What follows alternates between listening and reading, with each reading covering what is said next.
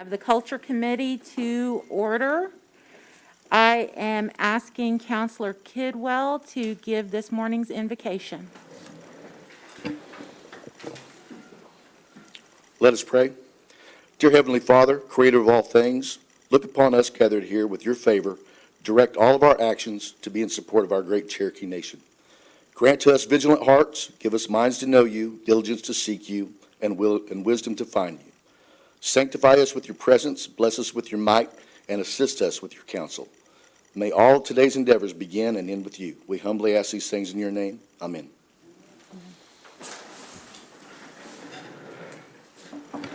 We're done. At this time, I will ask Shelley Britton Koch to perform the roll call. Victoria Vasquez. Condessa Teehee. Ani? Keith Austin. Here. Danny Callison. Here. Julia Coates. Sean Crittenden. Joe Deere. Aye. Mike Dobbins. Here. Rex Jordan. Here. Johnny Kidwell. Here. Darrell Legg. Here. Wes Snowfire. Here. Dora Katzkowski. Here. Joshua Sam. Here. Mike Shambaugh. Melvina Shot Pouch. E.O. Smith. Here. We have a quorum. We're done. I trust everyone has had a chance to review the minutes from the September meeting. Do I have a motion to approve those minutes? Okay, we have a motion to approve. Do we have a second? Thank you. With a motion and a second, can we call for a vote from the body to accept these minutes?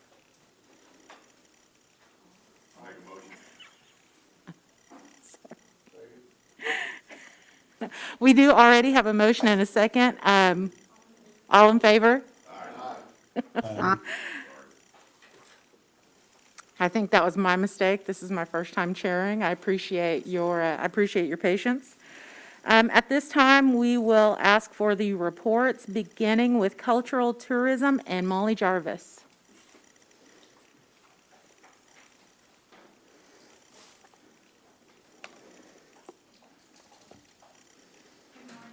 Morning.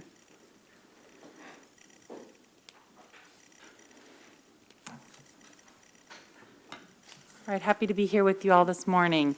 I just have a few updates from the report that was submitted. I will grab those really quick. On the Heritage Center strategic plan, we are currently reviewing that plan, and then it will be submitted for further review in the coming months and communication to all about what that plan will uncover for us.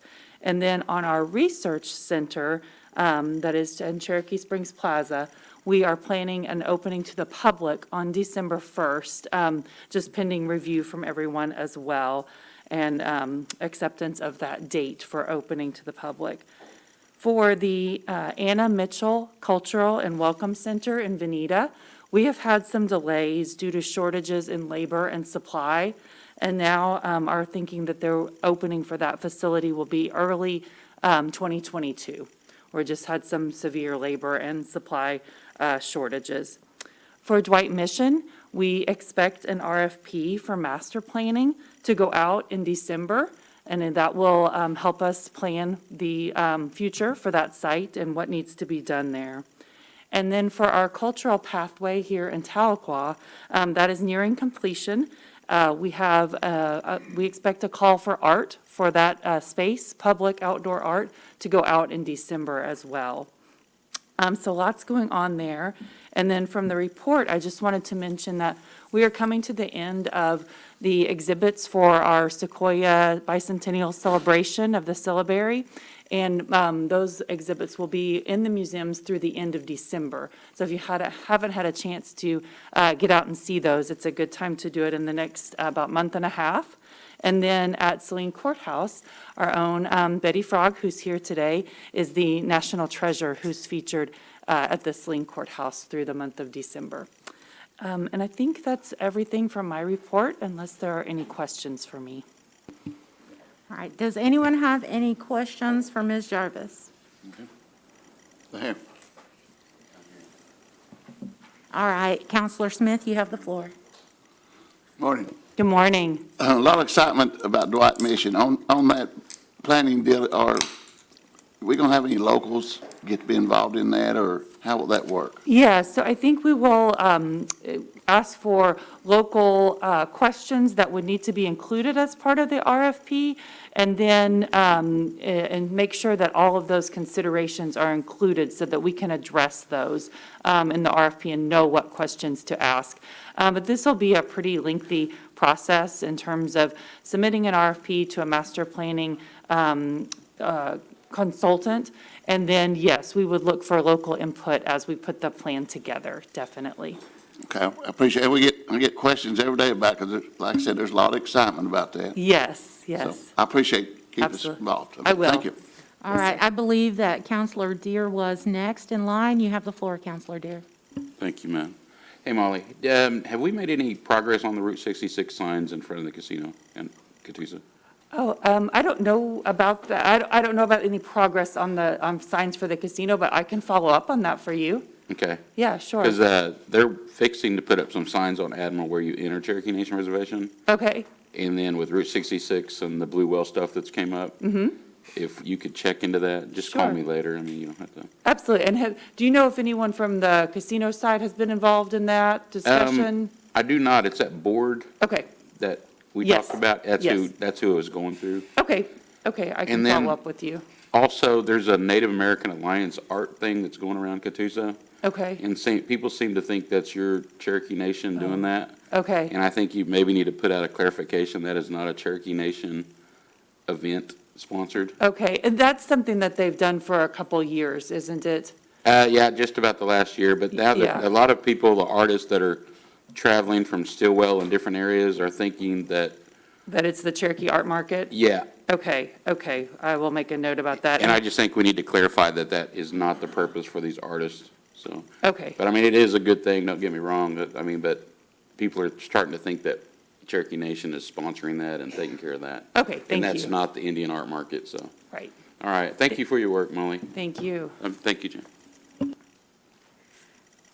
Counselor Callison, you have the floor. Molly, how's the Will Rogers, the Birthplace? Is it coming along any better where we're going to buy his actual birthplace between Claremore and Oologah? Yeah. The update I have for that is we're still waiting on a response from the state attorney general. So yes, I know this has been a long and slow process, but we are still waiting at this time for a response from the state attorney general.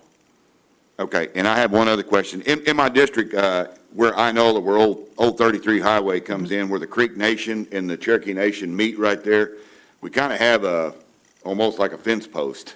Okay, Is there any way maybe that we can look in the future, and I don't know if you're the one that we start with or not, but maybe putting some kind of a marker there that would be appropriate for where the Cherokee Nation ends, the Creek Nation joins, and is that something that Okay. you'd look at, or is that something? I can certainly make a note of that, and I don't know if that highway is it ODOT, or we would probably have to work with the roads department and just find that clarification, but I can certainly research that and get back with you. Thank you, ma'am. Yes, sir.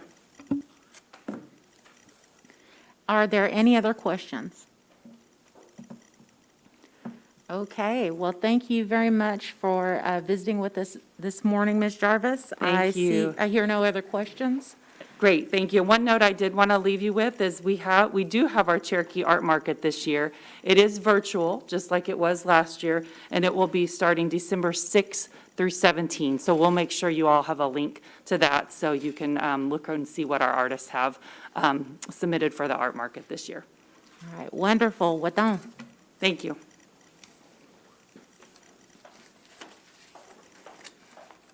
Okay, our next report will be from the Cherokee Nation Language Department and Mr. Howard Payton.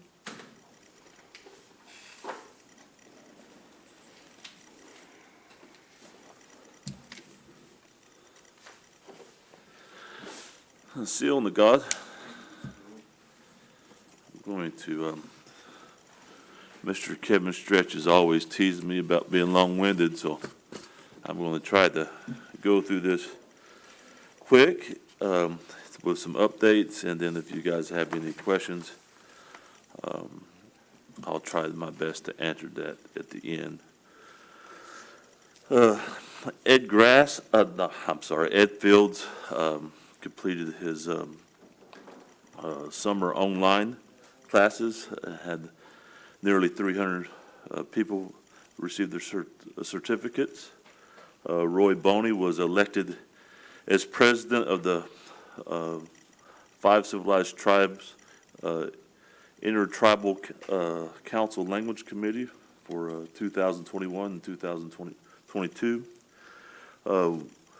John Brown University hosted us, and along with Chief Hoskin,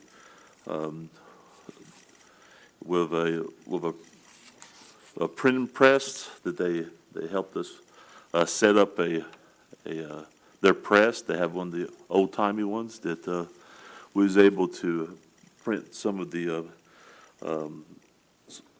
for the Sequoia Day proclamation that was translated and we had out at Sequoia Cabin. So that ended up being a real good day, and I know that a lot of you guys was out there with us that day. I wanted to talk a little bit about Cherokee speaker services. We've been able to partner up with Starlink Internet and provide some much-needed internet services with the Bellefonte community area with some of the Cherokee speakers. I know that we're looking at expanding that, I believe, in Marble City fairly soon, that area. And so it's going to be something that is really, really good for our Cherokee speakers, especially in areas that they have little to no service. We hired a Cherokee speaker service manager. His name is Sammy Eagle. I know that a lot of you guys know him. He's doing an excellent job, and this program is meant to help Cherokee speakers. So throughout our reservation, a lot of our Cherokee speakers are living in some houses that's needing some repair, and sometimes we have to work with them with some services as far as like through contract health and that sort of thing. This program is here to advocate for Cherokee speakers. The hope is if we are able to help them with the housing and different issues, then they live a more fruitful life and a longer life, and therefore we have more time with them. And so with less than 2,000 now, this is an excellent program that is going to help a lot of people. So I also wanted to mention that David Crawler and Anna Sixkiller translated that proclamation that we had for Sequoia Day, and it was printed on the press, and that Mr. Steve Daugherty had helped us with the Voice of Sequoia with the animation that CMB helped us with, Sequoia's animation, and I'm sure that most of you guys seen that on our videos, but it ended up being a real good animation, and I enjoyed watching Steve Daugherty. He's got an excellent voice for that. So we've proofread the Cherokee language certification test. I believe that is our final draft, or really close thereof, and that's something that we've all been working on.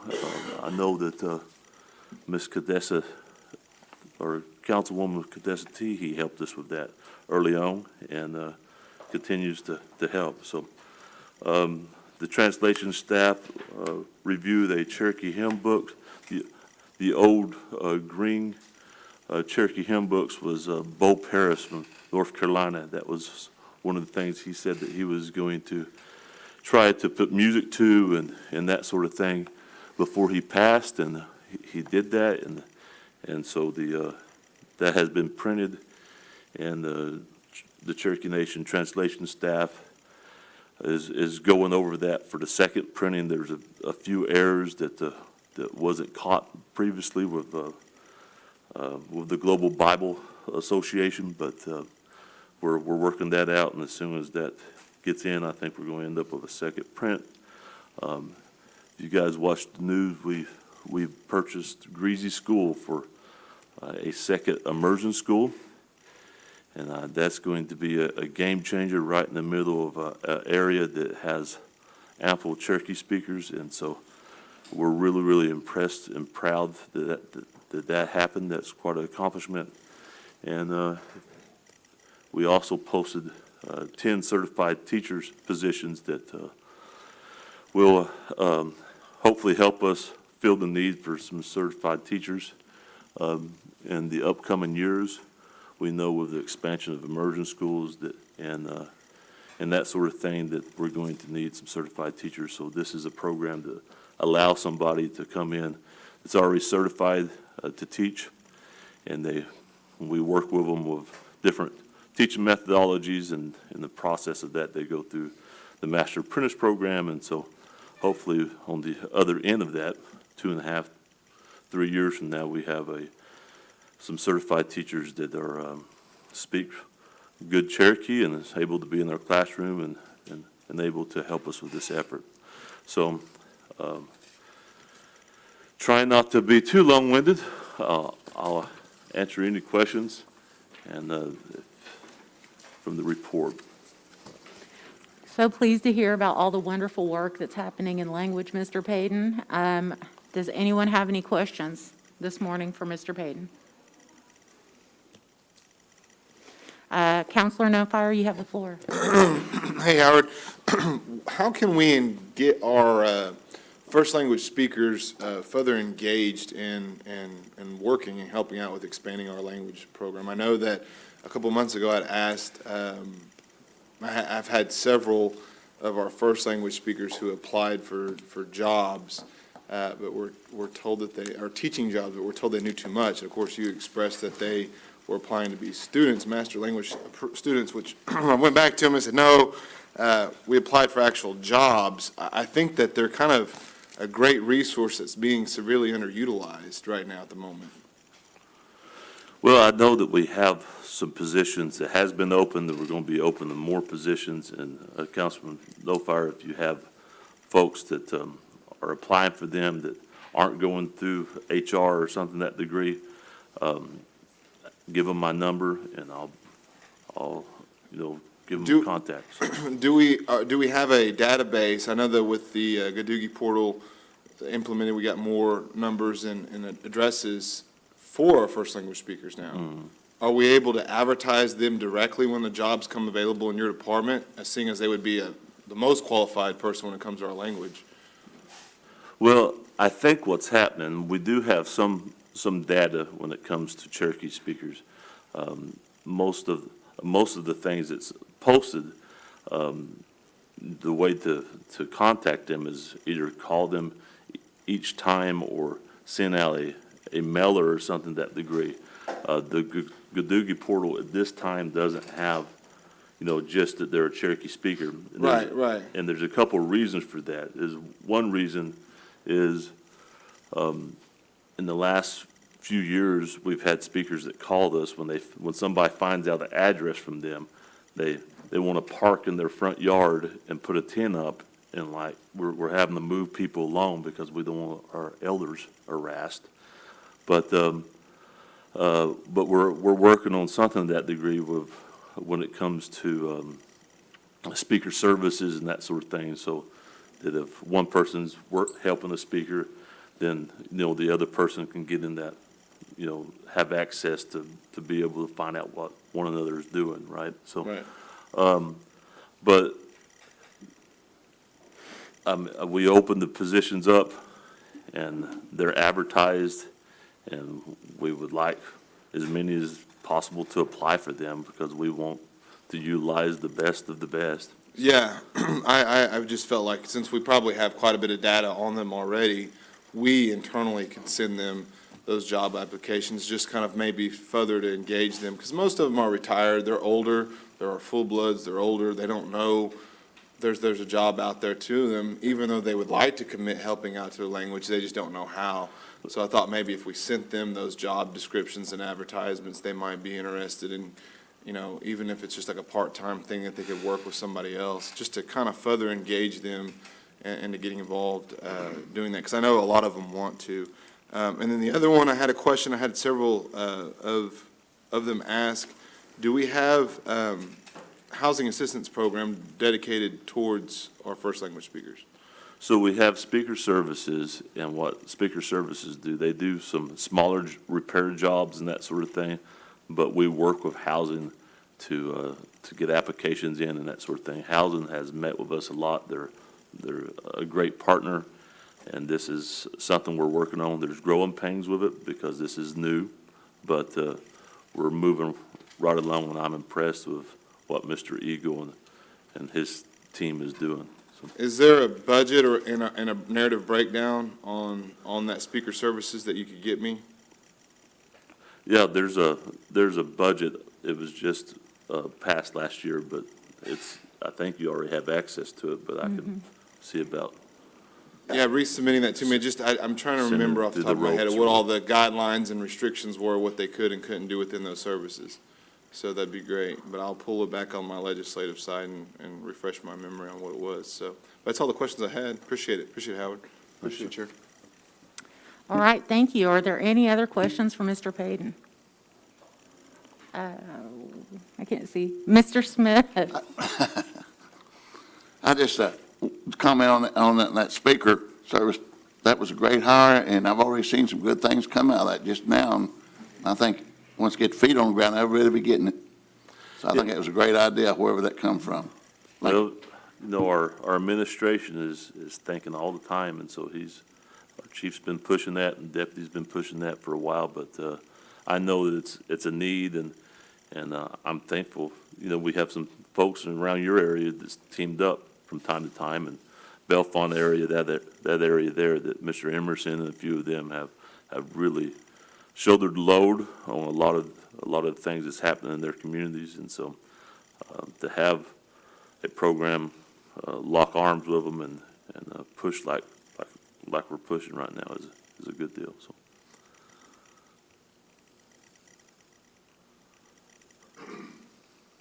All right, does that conclude your questions, Mr. Smith? Good. All right, thank you, Counselor. Any other questions?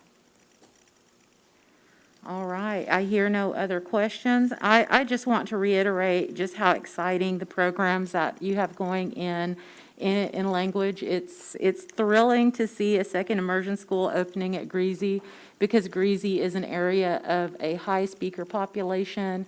A lot of very culturally engaged Cherokee people there in that Greasy community and around the Greasy community.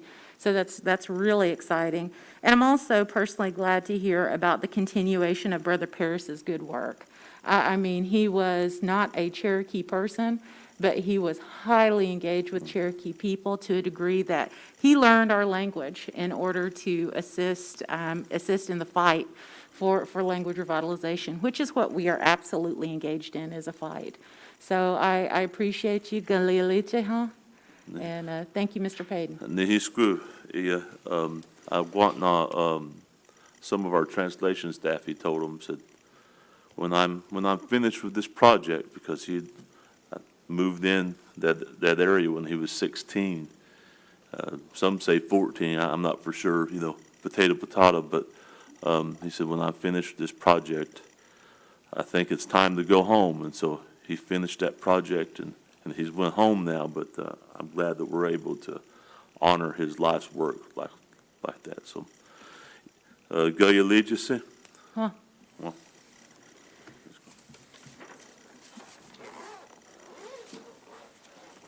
Okay. Our next report will be from Community and Cultural Outreach, Mr. Kevin Stretch.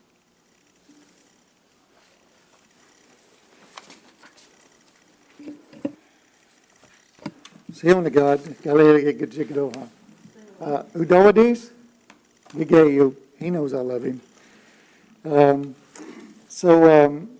And I'd like to say that even before Speaker Services, a volunteer program at CCO has worked with the language department, and so Sammy Eagle is the coordinator, the manager of the speaker services, and they continue to work with the volunteer program at CCO to help do some of these minor repairs. And so some of you, I think most of you know our limitations on that. We can't handle some of the tasks like electrical and plumbing.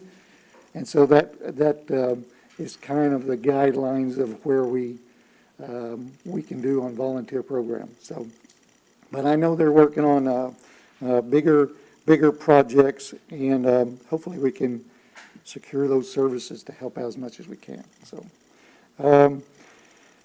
our weekly cultural presentations are taking a hiatus through the New Year holiday, so we can kind of, give everyone a chance to take a breath, and we can round up some new presenters.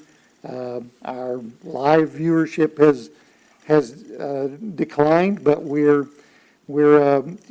post it, archive it on YouTube, and so we continue to get hits on YouTube, and I think that's a great thing.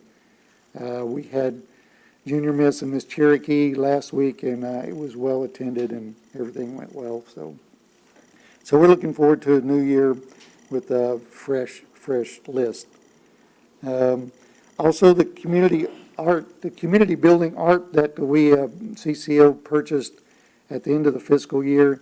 We've been working with cultural tourism so that they can archive the art, and we will continue to work with them on procuring secure display cases before we start installing them in community buildings. So with that, you have my report, and it's really encouraging to see that our CCO conference continues to get a lot of hits on our presentations on YouTube channel. So we're looking forward to next year. Any questions? With those, Gosti, we have a question from Councilor Callison. Mr. Dretch, all our cultural centers within the nation, are they volunteered that runs them? Are you talking about the community buildings? Yes, sir. Yes, those are volunteer. In your opinion, would it be worth the council's time to look into some type of a part-time or a funding from somebody that could run these cultural centers? That I know volunteers have their own jobs and they have different things they have to do, so it's kind of done on their spare time. Is there any way the council could maybe have an idea about maybe funding to have somebody that would have ideas and plans and different things throughout the month that goes on in these community cultural centers, to where we could get more involvement out of our communities? I would love to discuss, that with you. If that's something that you guys want to discuss, I'd be happy to sit down and talk to you about it. Thank you, sir. All right. With that, Councilor Callison, any other questions? Councilor Nofire, you have the floor. Just kind of follow up with Councilor Callison there. I know that we have a variety of different community buildings in our districts, different communities. Some of them the Cherokee Nation helped funded. Some of them the Cherokee Nation bought the land that it currently sits on. And of course, these nonprofit organizations that run them, they get their nonprofit charters through the state of Oklahoma. On some of the community buildings that aren't sitting on tribal lands, that aren't sitting on Cherokee Nation property, that they're created from the community itself. One of them, I think a couple of them in my district are that way. They were requested to sign a 25-year lease to receive any additional funding from CCO. Is that just work, or is that going to be continuation of funds? Are they going to stop, if they decide not to sign those leases, are they going to cut off the elder food program that we do there? I know the reason why I'm asking is a lot of community members that go there, they're not Cherokee, but yet they all participate in the organization that's there, and they do like the benefits that we as the Cherokee Nation government have been giving to them, financial assistance, but they're not us. They are their own community. They don't need to be bound by a a lease in which they could ultimately want to make changes of their own. They feel like they lose control whenever they have someone saying, you have to do this, instead of just being a generosity applicational grant for providing good services to our Cherokee members in those communities. Well, Donald, Counselor, and I know that the group that you speak of, and we're working with them. We have another meeting with them next week. But I'll say that the reason that CCO and Cherokee Nation wants to have some sort of say-so on the grounds is because, you know, in the past, we've made the Cherokee Nation has made great contributions to the communities and in building these buildings, equipping these buildings. And so this is just an opportunity for us to protect our investment. We have had in the past where we didn't protect our investment, the community organization collapsed, sold the equipment, and you know, and they used those funds themselves. And so we're just trying to protect Cherokee Nation funding. And I think that seems pretty reasonable. And I know that this organization has specific issues, and we're going to sit down and talk to them about it next week. And it's not just that, like I said, I've got another building in there, a community organization in my district and there may be another one that springs up in the future, I don't know. You know, they don't sit on tribal land either. They sit on actually United States federal government land. And they would be unable to sign those kinds of leases either. Could we look at maybe doing, like, if we're going to supply a new refrigerator, that new refrigerator is owned by Cherokee Nation for the next 5 years. So if the organization ceased to exist, that property then belongs to us still. If they, beyond 5 years, I mean, hey, they've utilized it, it's theirs. And on top of it, a lot of the funds that we've been giving to them, especially in the past 12 months, it's taxpayer money. It's not, I mean, it's in our control, but taxpayers are the one that funded it. So if we're trying to control it a little more than we should, might keep that in mind too, so that everyone there, they're taxpayers. But yeah, I do think that we need to make sure that we secure the assets that we are providing to them in the event that we give them, you know, a $10,000, you know, walk-in freezer situation, and then this summer they said, no, we don't need it anymore, and we're going to shut down this whole thing, and we're going to take that, sell it, and make money off of it. I do get what you're saying on that. But just maybe, just instead of a lease of the whole building, maybe just categorize it down to what we can actually receive back, you know, because we can't receive the whole building back, but maybe if a generator, we purchased it, we put a lease on that generator with it when we give them that grant. So just some food for thought on trying to I'll definitely keep that under help consideration. massage those communities that you may see that pop up that way. So, Okay. but appreciate it. Yep. Appreciate it, Chair.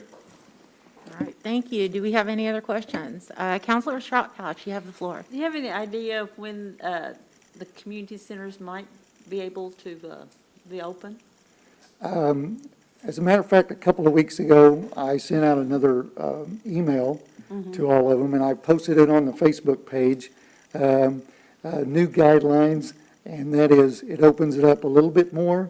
So, but, you know, we're still wanting to follow CDC guidelines, and the CCO, Cherokee Nation, is still going to provide COVID sanitization spray and hand sanitizer and mask. But, so if you'll just go on our Facebook page, all of the leaderships and all of the community buildings have received an email that outlay the guidelines.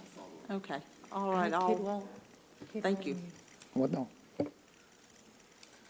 All right, thank you, Counselor Shotpouch. Counselor Kidwell, you have the floor. Thank you, Chair. Mr. Stretch, thanks for being here today. I'm going to shift gears on you just for a second and talk about the at-large communities. We had a little bit of a discussion outside, and I appreciate you talking to me about, you know, how those groups are stood up. Just to follow up on that, if we could work together and maybe create some type of flow chart for those people who are trying to start up community groups in different areas. That'd be very helpful for them. And I also know that we'd probably need to engage the four-person advisory panel too, when the CNCA was stood down and that was stood up. I get all that. I just want to thank you for talking to me about that. I want to talk about one thing though, the $1,000 that's in the at-large executive order that you put out in 2019 when Chief Hoskin signed the to stand up the committee. Have there been any at-large groups that have filed for those funds and not received them? And what I mean by that, are there any contingencies for that money? Do you have to be a 501c3? Do you have to have certain things? And I'm just kind of wondering, because I've had a few questions over this past weekend. I talked to two different groups, one in California and one there in Texas, and they're asking questions about that funding. There seems to be a little misunderstanding. If you could clear that up for me, I'd appreciate it. Okay, I'll be glad to, thank you. If they just ask us for the $1,000, there's no application, there are no reporting requirements for that money.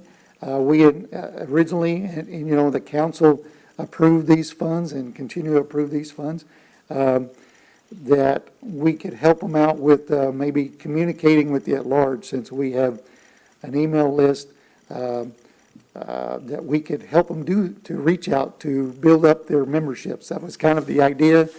Originally, we also gave them equipment with that money. Rather than give them the $1,000, we sent them equipment, electronic equipment, where they could communicate with each other and communicate with other organizations. And so we can talk to each of the organizations and make them realize that this $1,000 is available again, and we'll make sure that they get it. Okay, thank you, Chair. All right, thank you, Counselor Kidwell. It appears that Counselor No Fire is requesting the floor for a follow-up question, Mr. Stretch. I appreciate it. I actually kind of got most of the questions answered on Counselor Kidwell there. I just was going to follow up on my Vanna Shop Pouch on that, trying to get to reopen our community organizations and making that recommendation out there, just because it's so vital. We've been shut down for so long, not to be able to see one another. And because it's community culture and outreach, it's very difficult to continue that cultural revitalization in those communities without having some sort of core atmosphere to have meetings at. So looking forward to trying to get those recommendations down. Of our community buildings, how many of those are owned by Cherokee Nation that we are associated with in our districts? I don't have those exact numbers with me. There are 40 buildings total currently, but I don't have those, the majority of them, for sure. Okay. All right. Thanks. Thank you. Appreciate it. All right, thank you very much. Do we have any other questions? Okay, hearing no other questions, we appreciate you being here with us today, Mr. Stretch. Wadon. Wadon. Okay, at this time, we will welcome the Cherokee National Treasures Advisory Committee representative, Ms. Betty Frog, Sio Gayuneg, Kanohed Hinohol.